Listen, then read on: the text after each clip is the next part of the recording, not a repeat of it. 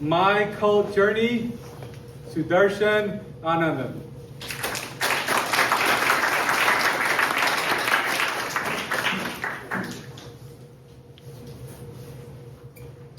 Fellow Toastmasters and guests, for over 10 years, I have been in a cult.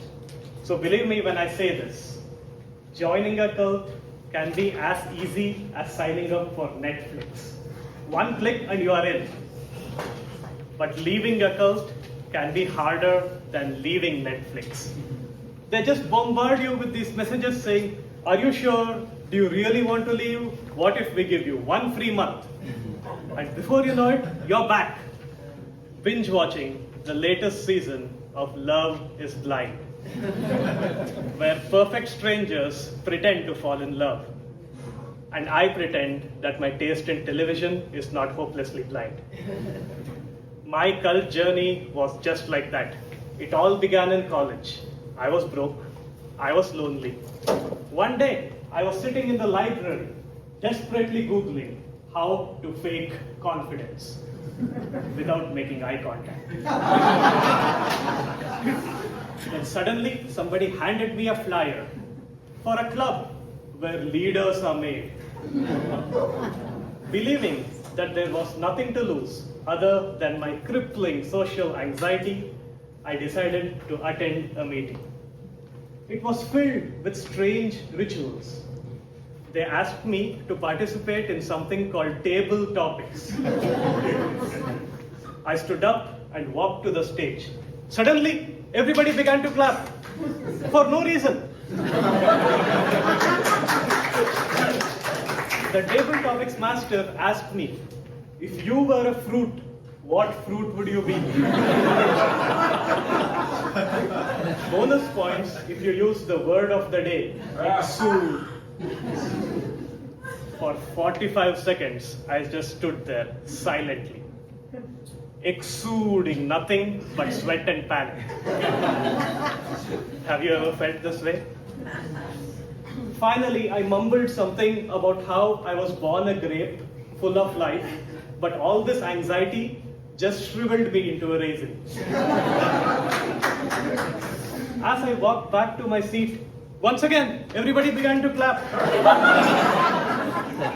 As though I just delivered a TED talk on dried fruit. I found all this extremely bizarre at first. What is this? Some kind of a motivational pyramid scheme? Am I going to be indoctrinated into the pathways? Slowly, as I attended a few more meetings, I began to crave the validation. When I spoke, I started using gestures like Harry Potter casting spells.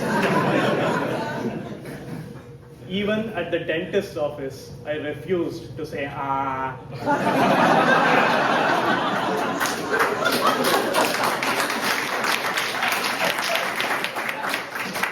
As my cult journey progressed, I started to lose control over my life. One day, I even had a dream that I was standing right here giving a speech. Everything was going smoothly. I had just finished the introduction. I looked up and the timer was holding a red card.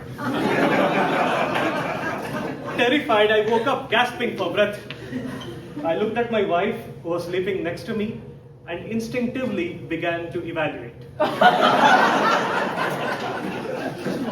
Your posture looks relaxed, but your snoring needs vocal variety. She responded with a gesture. Something we use in Toastmasters.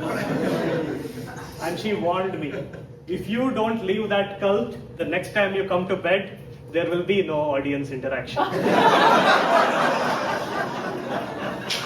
That's when I decided I am never going back. I ghosted all meetings for 4 months.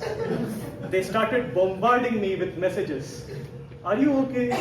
We really miss hearing from you. When are you coming back? But I stayed strong and ignored everything. Until one day, I found a note on my doorstep. It said, in your last meeting, you had 22 hours and 34 you-knows in a 2-minute speech. If you don't come back, we will publish this in the District 101 newsletter. Oh my God, can you imagine the public humiliation in front of the 2 or 3 people who read the District 101 newsletter?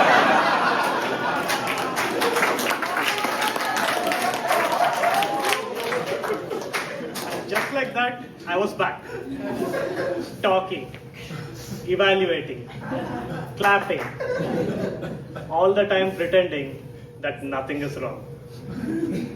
Fellow cult members, I have realized that Toastmasters has many pathways, but there's no way out.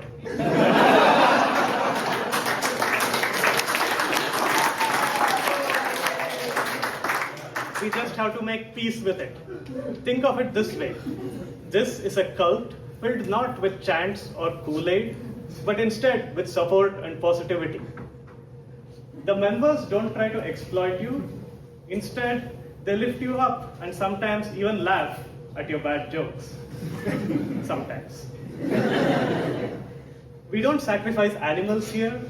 Instead, we sacrifice our filler words at the altar of eloquence. If I have to pick a cult to be trapped in, maybe this isn't so bad. Because in a world full of noise, Toastmasters can be a place where you find your voice. I was born a grape, bright, eager, and full of life. Social anxiety had shriveled me into a raisin. However, my cult journey has magically transformed me into a pineapple.